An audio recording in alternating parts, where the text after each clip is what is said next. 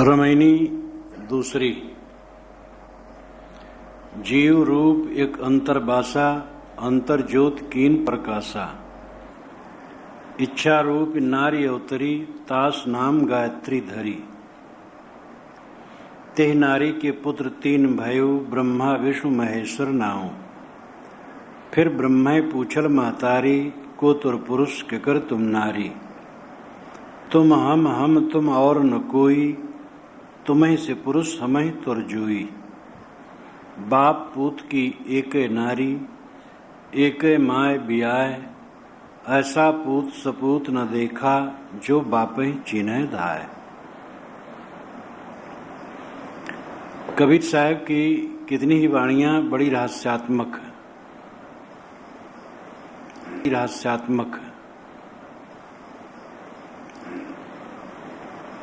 इस रमैनी में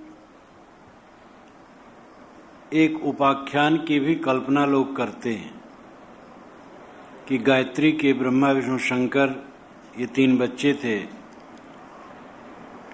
और उसका पति शरीर छोड़ चुका था और इन तीनों ने माता से पूछा तो माता ने उसे उपदेश दिया। इसका संकेत इसी ग्रंथ के साखी प्रकरण के आखिर में भी है, लेकिन वो सब बातों को समझाने के लिए रूपक है। इस दूसरी रमैनी में साहब कहते हैं जीव रूप एक अंतर्वासा, जिसे हम परम तत्व कहते हैं वह जीव रूप में है और अंतर में ही बसा है। अंतर देहोपाद की दृष्टि से कहा जाता है, नहीं जीव न अंतर है न बाहर है, स्वयं है। देहोपाद की दृष्टि से अंतर कहा जाता है कि शरीर के अंदर में है। देहोपाधि न हो तो जीव अंतर है न बाहर है, अपने आप है। लोगों ने जीव की निंदा बहुत की है। ब्रह्मवादियों ने कहा जीव आभास है, प्रतिबिंब है। बौद्धों ने कहा जीव क्षणिक विज्ञान है। ईश्वरवादियों ने कहा जीव ईश्वर का अंश है। कबीर साहब ने कहा जीव ही परम तत्व है।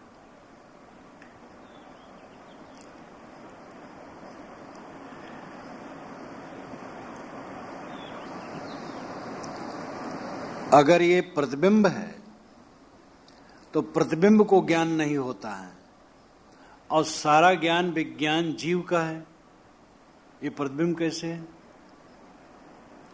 अगर ये क्षणिक विज्ञान है तो इस क्षणिक विज्ञान का दृष्टा कौन है?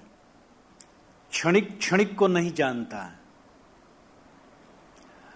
जो स्थायी होता है वो क्षणिक को जानता है। मैं अपने शरीर के बालपन को जानता हूं, इसके कैशोर को जानता हूं, इसकी जवानी को जानता हूं, इसकी परिपक्व अवस्था को जानता हूं और अब इसके बुढ़ापा को जान रहा हूं। तो ये बालपन, कैशोर, जवानी, परिपक्व अवस्था, बुढ़ापा, ये सब क्षणिक है, लेकिन इनका जो दृष्टा है वो क्षणिक नहीं है। क्षणिक का दृष्टा नहीं होता है। क्षणिक का दृष्टा वह होता है जो अस्थाई है। जीव क्षणिक विज्ञान कैसे है? वो तो क्षणिक को जानता है। ये अंश किसी का कैसे है? अंश तो टुकड़े को कहते हैं जो विनसने वाला होता है। कबीर साहब ने कहा जिसको तुम लोग क्षणिक विज्ञान, प्रतिबिंब, अंश, आभास कहते हो, वही है जो आभास करता है। कितनी उल्टी बुद्धि है। जीव आभास कैसे? जीव तो आभास करता है, जीव को आभास होता है।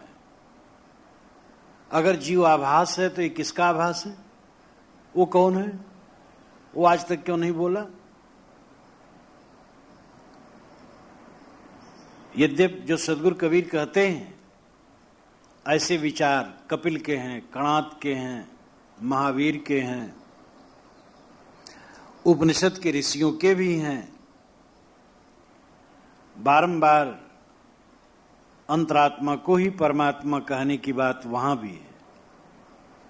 साहब कहते जीव रूप एक अंतर्वासा, शरीर के अंदर में बसा हुआ परम तत्व जीव रूप में ही है। इसलिए कबीर साहब ने जीव शब्द पर बहुत जोर दिया। ऐसे शब्द बतावे जीव को, और ब्रह्म को, राम को नहीं कहा, जीव को कहा, जो बहुत सादा शब्द है। जीव जमा एक जगत मझारा, पूर्ण साहब ने कहा। जीव ही मूल है और फिर आगे सारे विशेषण हैं। जैसे मनुष्य मूल है। अब मनुष्य को ही डॉक्टर, मास्टर, इंजीनियर, साधु, महात्मा, गृहस्थ, विरक्त कुछ को मनुष्य मूल है। ऐसे जीव मूल है। इसको ईश्वर ब्रह्म परमात्मा चाहे जो कहो। तो जीव रूप एक अंतर्वासा, अंतर ज्योत कीन प्रकाशा। यह अंतर ज्योति को प्रकाशित करता है। जैसे एक मकान में बिजली जलती हो, उसकी खिड़कियों से बाहर प्रकाश फैलते हो, उसी प्रकार इस शरीर के अंदर में जीव की अंतर ज्योत जलती है और इंद्रियों द्वारा उसका ज्ञान प्रकाश विकीर्ण होता है बाहर, दूर दूर तक वो देखता, जानता और समझता है। तो अंतर ज्योति जीव का गुण है, वो इंद्रियों द्वारा बाहर प्रकाशित होता है। ऐसा परम तत्व जीव जो शिव रूप है, अपने शिवत्व को नहीं जानता है, अपने स्वरूप का ज्ञान नहीं है, इसलिए वो बाहरी विषयों की इच्छा करता है। बाहरी विषयों की इच्छा करने से उसको सदैव असंतोष होता है, और असंतोष मिटाने के लिए वो समझता है कोई संतोष और शांति का सागर अलग होगा जो मिल जाए तो मुझे तृप्ति हो जाए। और इसके मूल में यही कि अपने को नहीं पहचानता है, अपने स्वरूप को पहचान ले और सारी इच्छाओं को छोड़ दे तो क्या संतोष रह जाएगा? किसको फिर पाना है? लेकिन ये विवेक नहीं है, स्वरूप का ज्ञान नहीं है। स्वरूप का ज्ञान न होने से असंतोष, असंतोष होने से बाहर भटकना, फिर देवी देवताओं की कल्पना शुरू, नाना देवी देवताओं की कल्पना। वैदिक युग में ही खूब देवी देवताओं की कल्पना थी। दुनिया का और कम से कम भारतवर्ष का महत्वपूर्ण ग्रंथ ऋग्वेद है। उसके पश्चात अन्य 3 वेद हैं, 4 वेद हैं, उसमें मुख्य ऋग्वेद। और ऋग्वेद का पहला मंत्र है अग्निमीले पुरोहित यज्ञ से देव मृतवजम होतारम रतम धात्मम, जिसमें अग्नि शब्द पहले आया है। नाना वैदिक देवताओं में अग्नि सबसे बड़ा देवता है और अग्नि का महासमुच्चय सूरज है। इसलिए सूरज की उपासना में प्रसिद्ध गायत्री मंत्र बना, विश्वामित्र के कंठ से कभी निकला, तत्सवितुर्वरेण्यं भर्गो देवस्य धीमहि धियो यो न प्रचोदयात्। उस प्रकाश स्वरूप सूर्य देव का हम ध्यान धारण करते हैं जो हमारी बुद्धि को प्रेरता है। विद्वान लोग कल्पना करते हैं कि वशिष्ठ और विश्वामित्र में जब द्वंद्व था तो विश्वामित्र हार गए थे, तो आत्मग्लानि में वे बैठे अपने आश्रम पर, नींद नहीं आई और फिर पूरब तरफ से सूरज की आभा निकली और उनके कंठ से मंत्र निकला, तत्सवितुर्वरेण्यं भर्गो देवस्य धीमहि धियो यो न प्रचोदयात्। तत् कहते उसको, तत् सवितुर सविता सूरज, वरेण्यम वर्ण करने योग्य, स्वीकारने योग्य, भर्गो शुद्ध स्वरूप, प्रकाश स्वरूप, देवस्य देवता का, धीमहि ध्यान धारण करते हैं। तत्सवितुर्वरेण्यम भर्गो देवस्य धीमहि धियो यो न प्रचोदयात, धी यानी बुद्धि को, यो जो न हमारी प्रचोदयात प्रेरता है। हम उस प्रकाश स्वरूप सूर्य का ध्यान करते हैं जो हमारी बुद्धि को प्रेरता है। इस प्रकार सूर्य की उपासना में गायत्री मंत्र कभी बना। ये ऋग्वेद की तीसरे मंडल के 62वें सूक्त का 10वां मंत्र है।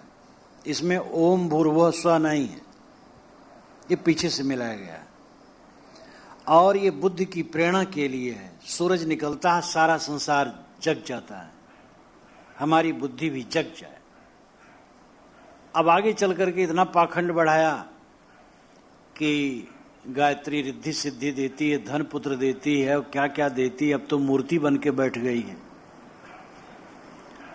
गायत्री के पीछे भयंकर कल्पना हुई, क्योंकि ब्राह्मण क्षत्रिय वैश्य इनको द्विजात कहा जाता। द्विजात नाम दोबारा जन्मा हुआ, इनका यज्ञोपवीत होता रहा, इसलिए दोबारा जन्मे हुए लोग हैं, बाकी नहीं। तो इनके यज्ञोपवीत में ये मंत्र निर्धारित किया गया, इसलिए इस मंत्र की महिमा बहुत बड़ी। तो हजारों श्लोक इसकी महिमा में बने और बड़ी भ्रांति फैली। और गायत्री मंत्र पढ़ता हो उसका उद्धार होता, बाकी का नहीं। द्विजातियों का उद्धार होगा, ब्राह्मण क्षत्रिय वैश्य का बाकी का नहीं।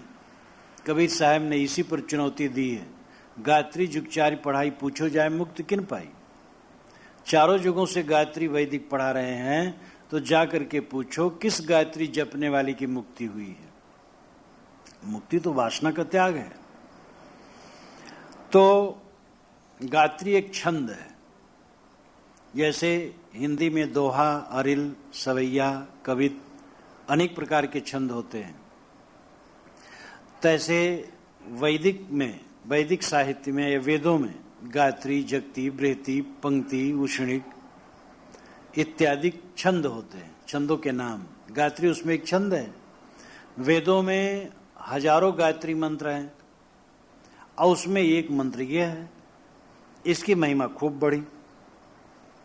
यद्यपि इसमें छंदभंग है, 24 अक्षर माने जाते हैं गायत्री में। गायत्री छंद में 24 अक्षर होने चाहिए, इसमें 23 ही हैं।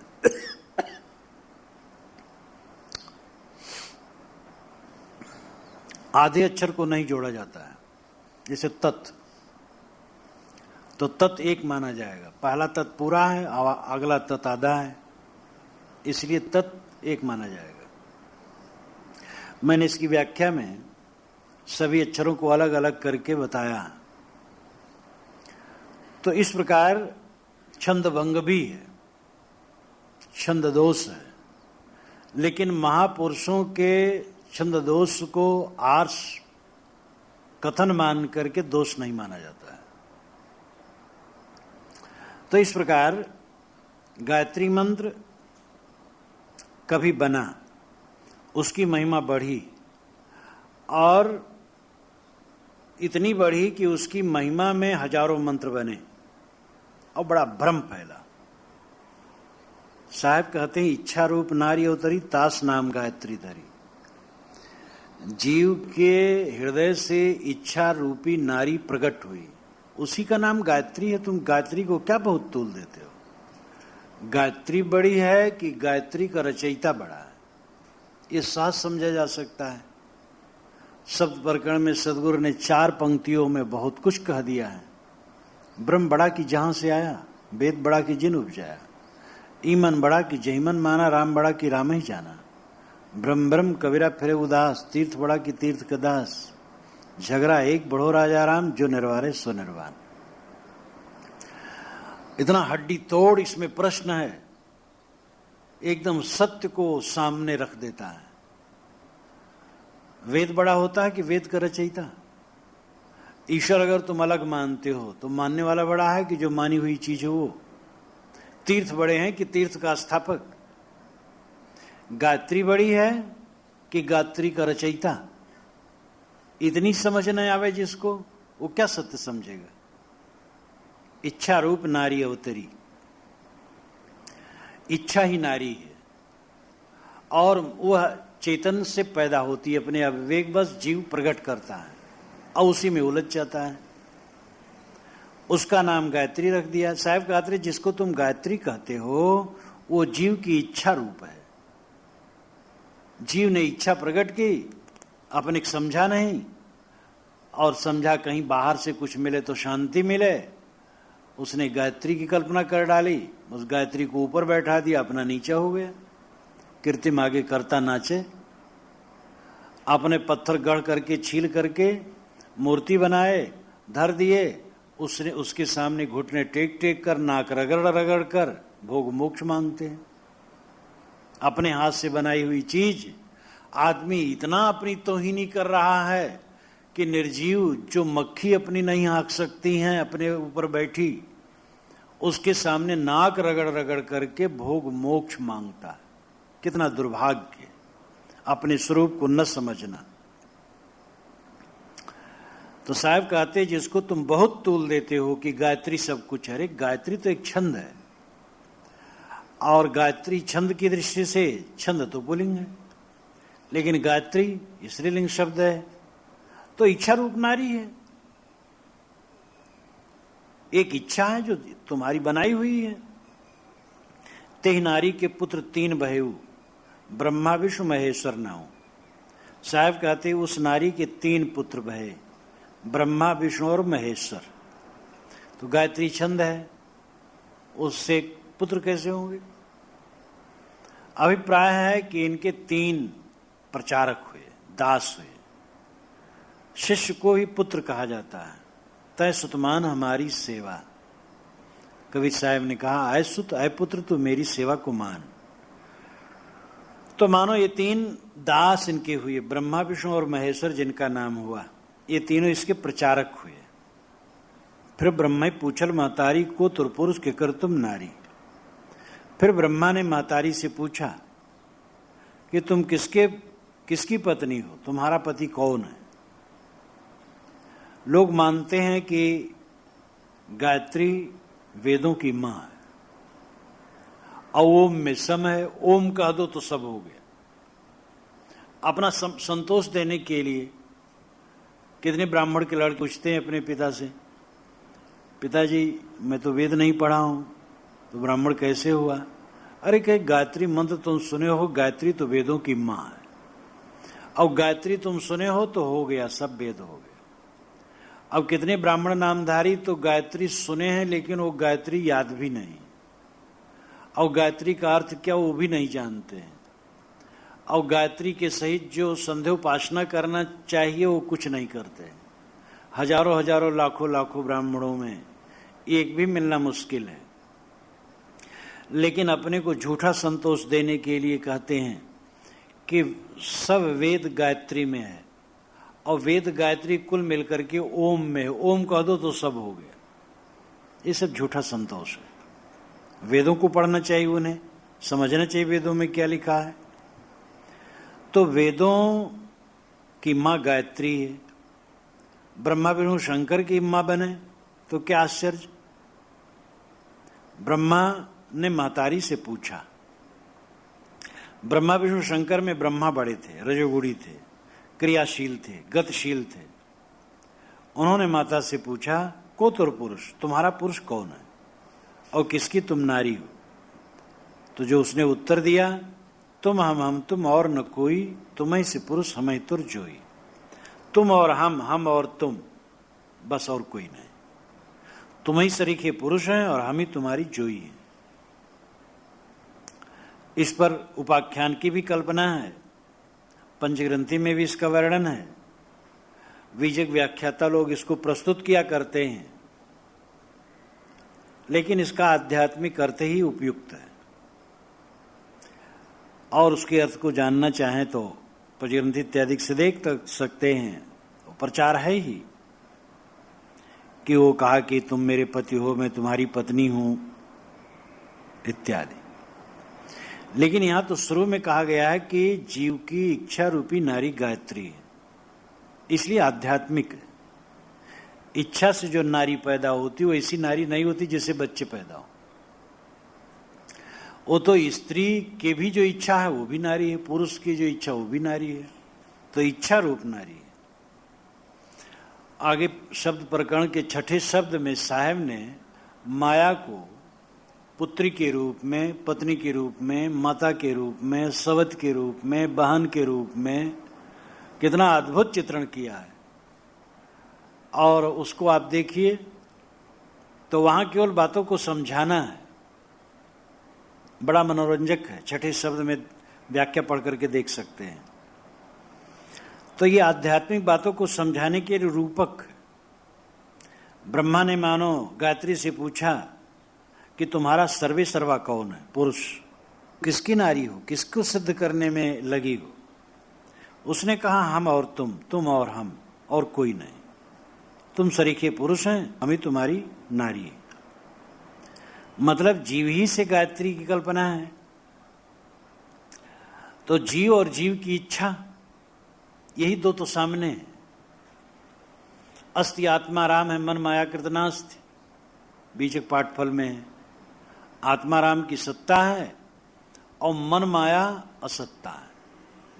मन माया ही आभास और प्रतिबिंब है, और भास्कर जिसको आभास होता है वो चेतन है। इतनी सी दृष्टि लोगों को नहीं आती है और जीव ही को आभास मान लेते हैं। कहते जीव आभास है।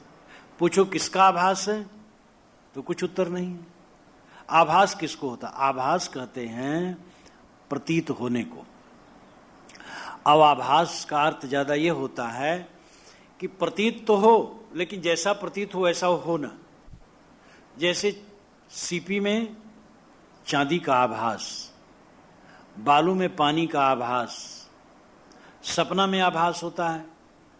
गाड़ी है, घोड़ा है, समुद्र है, नदी है, हाथी है, मित्र है, शत्रु है, वो आभास मात्र ही है, कुछ नहीं। तो आभास का मतलब है एक मिथ्या भ्रांति। आभास किसको होता है? जीव आभास है।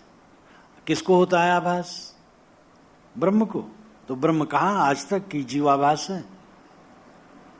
अगर कहो ब्रह्म ही कह रहा है तो मतलब ब्रह्म और जीव एक ही बात हुई। तुम ही तो कह रहे हो। अपने सिर पर हाथ धरो, तुम ही हो, और तुम अपने को खो रहे हो।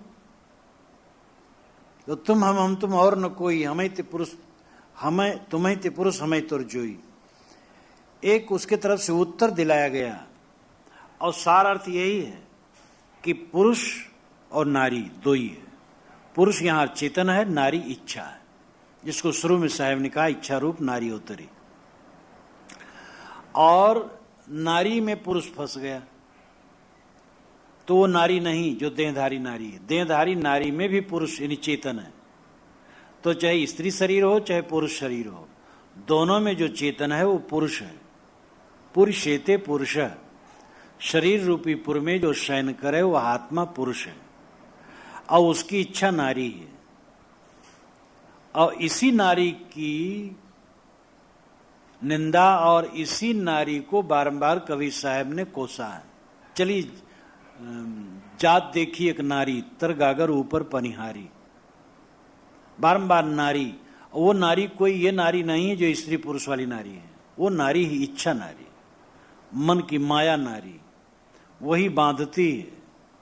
तो दूसरा और कुछ नहीं है। जीव है और इच्छा नारी है। जीव है और जीव के मन में इच्छा उत्पन्न हुई कि मुझे सुख मिले भोगों में।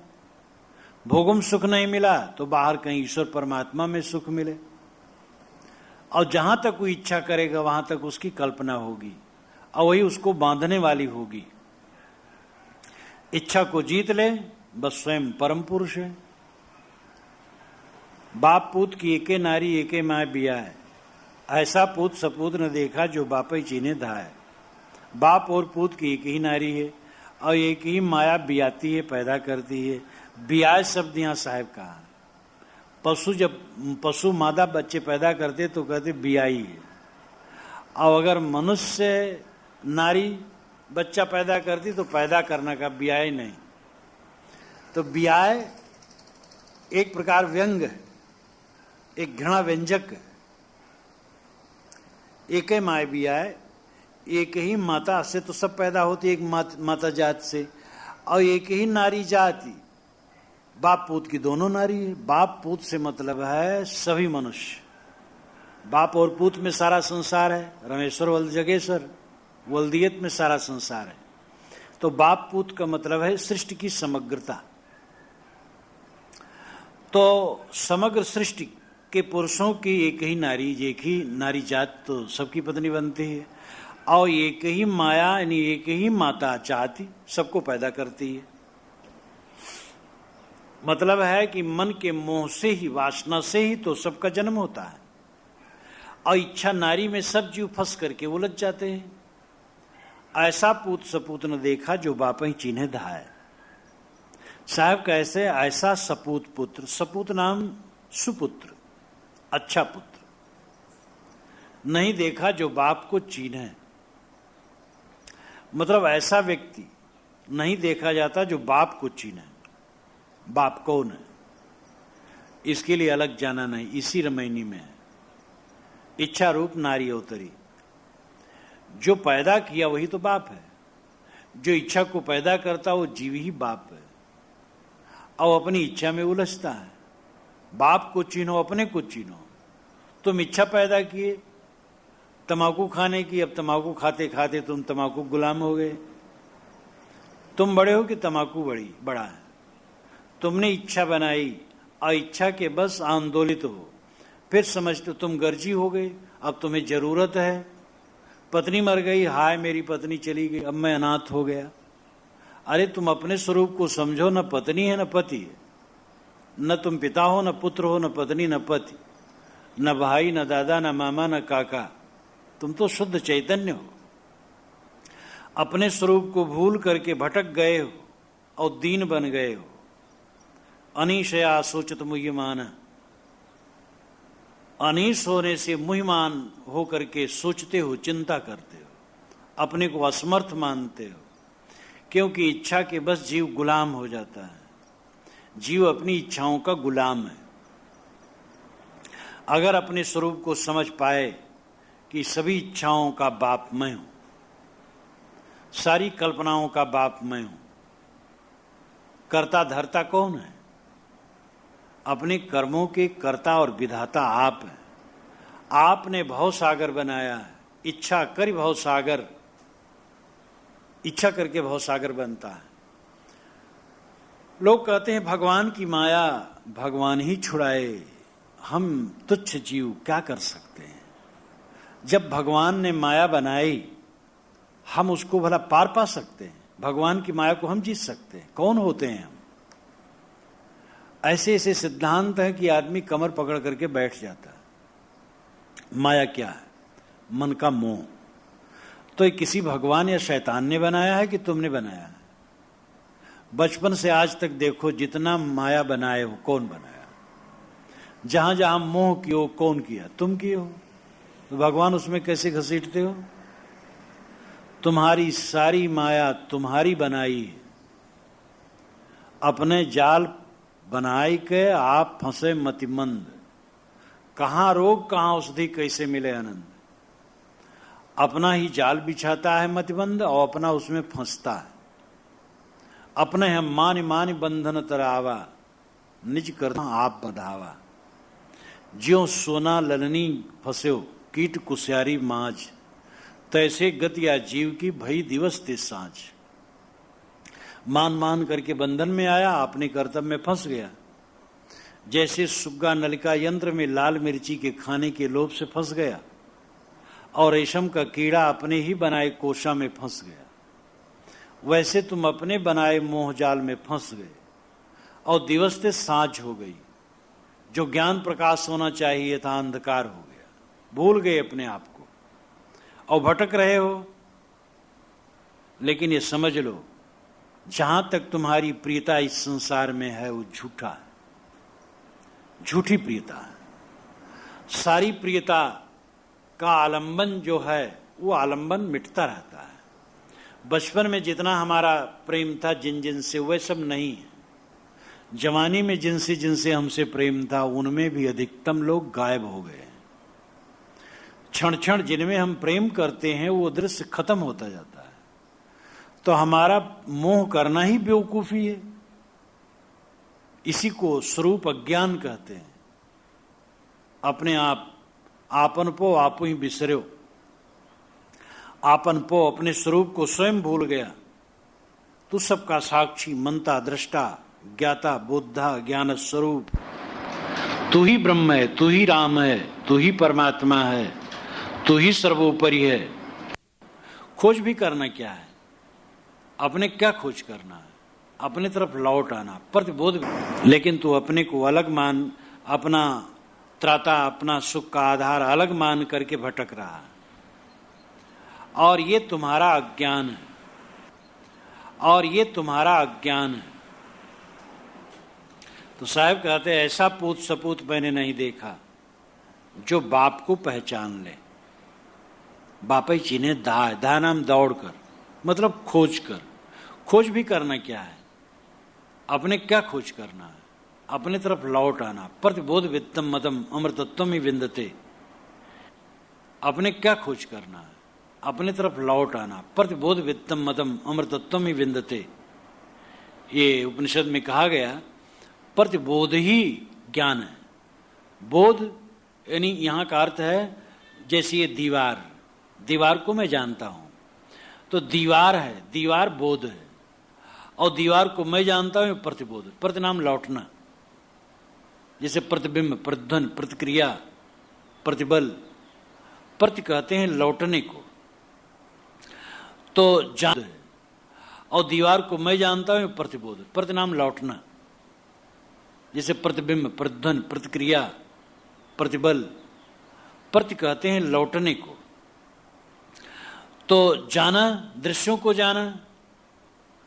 अब लौटो, दृश्यों को कौन जाना? तुम। बस अपने को जान लो, ये प्रतिबोध है, और यही ज्ञान है। अमृतत्वम ही विंदते। इसी से अमरता मिलती है, इसी से अविनाशी बोध मिलता है। इसलिए अपने तरफ लौटो। वही पूत सपूत है जो बाप को चीने। वही इंसान धन्य है जो अपने स्वरूप को पहचाने और चारों तरफ फैले हुए माया मोह में कहीं आसक्त न करे। मृत्यु से हम क्यों भयभीत हैं? क्योंकि चारों तरफ उपलब्ध प्राणी पदार्थों में हमारी ममता है। ममता मिट जाए, मृत्यु भय कुछ नहीं। जिसकी ममता मिट गई है, मृत्यु का दिन उसके लिए जीवन का महापर्व का दिन है। जो हमारा आगामी मृत्यु का दिन है, वो महापर्व का दिन है। उस दिन से सारा कूड़ा कचरा हमारा छूट जाएगा। आनंदमय है वो दिन। और ये शारीरिक जीवन क्या अच्छा है? कूड़ा कचरा लिए घूम रहे हैं। ये ठीक है कि ये शारीरिक जीवन भी उसका अच्छा है जो जीवन मुक्त है, जो वासना त्यागी है। उसका जीना, शरीर रहना और न रहना दोनों बराबर है, इसलिए सब समय मंगलमय है। लेकिन शरीर की अपेक्षा शरीर की स्थिति जब न रहेगी, शरीर न रहेगा, उसको अच्छा समझता है। इसलिए उसके मन में भय नहीं होता है। तो ये पूरी रामायणी में सद्गुरु ये बतलाना चाहते हैं कि जो परम तत्व है वो जीव रूप में अंतर में बस रहा है। उसके लिए लोकांतर खोजने की जरूरत नहीं, भटकने की जरूरत नहीं। और तुच्छ स्वयं को समझना महातुच्छता है। ये जीव परम तत्व है जो तुम्हारे शरीर के अंदर ही बसा। तुम्हारा स्वरूप वही तुम हो, और वही अंतर ज्योत प्रकाशित करता है, और वही इच्छा रूपी नारी पैदा करता है। और जैसे बहुत सारी इच्छाएं, वैसे एक इच्छा गायत्री भी है। गायत्री उसने बना ली और गायत्री को तूल दे दिया, अपना स्वरूप भूल गया। गायत्री एक छंद है जिससे इच्छा पैदा होती है, कल्पना पैदा होती है, और अपने स्वरूप को भूल करके जो बाहर सुख खोजता है, उस अपने स्वरूप में लौटो तो बाहर सुख खोजने की जरूरत नहीं है। जिन इंद्रियों और मन की शक्तियों से तुम बाहर भटक रहे हो, वही इंद्रिय और मन की शक्ति लौटाओ तो अंदर में पूर्ण विश्राम मिलेगा।